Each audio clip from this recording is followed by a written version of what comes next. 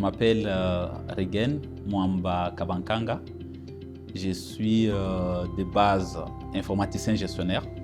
J'ai fini à l'Université Notre-Dame de Kassai. J'ai fait l'ENA, je suis de la deuxième promotion, baptisé Laurent Désiré Kabila. Après l'ENA, j'ai été affecté chef de bureau à l'administration des mines, secrétaire général aux mines. Et je suis détaché à l'ENA après que la maison ait manifesté le besoin de m'utiliser comme chef de division en charge des partenariats.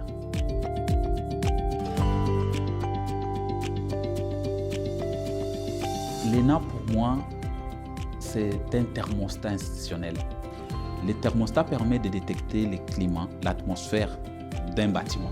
L'ENA le fait en termes de compétences et détecter qu'est-ce qu'il ne voit pas après l'analyse, quels sont les manques liés aux compétences des agents des services publics de l'État et équilibrer. Équilibrer, c'est-à-dire proposer des compétences qui peuvent relever les niveaux de l'administration publique congolaise.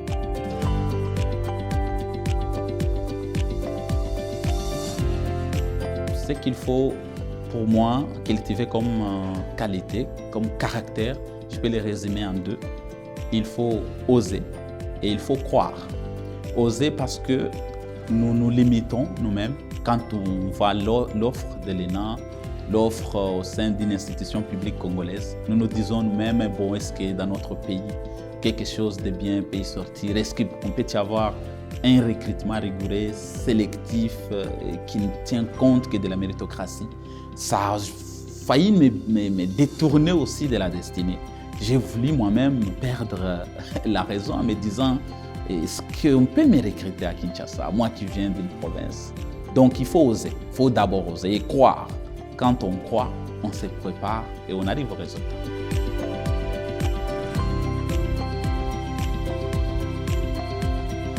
Beaucoup de problèmes au sein de l'administration publique ou au sein des institutions publiques.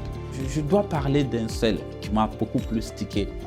C'est la politique d'implémentation des zones économiques spéciales que nous avions développées à l'époque pour les comptes de la formation action de l'ENA.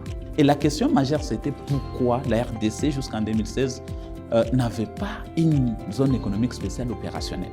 Et nous avons eu des premières informations qu'il y avait une zone pilote située à Maluku. Nous nous y sommes rendus.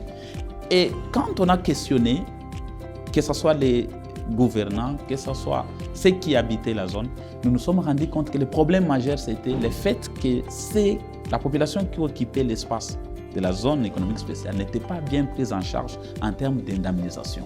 Et cette piste était la première stratégie, le premier axe que nous avons proposé, la bonne prise en charge de la population qui réside déjà sur l'espace à occuper par la zone économique spéciale. Et curieusement, nous nous sommes retrouvés avec la zone économique spéciale aujourd'hui opérationnelle. Et c'est une fierté parmi tant d'autres que nous avons eu à réaliser au sein de l'administration publique. Et c'est au bénéfice de notre pays.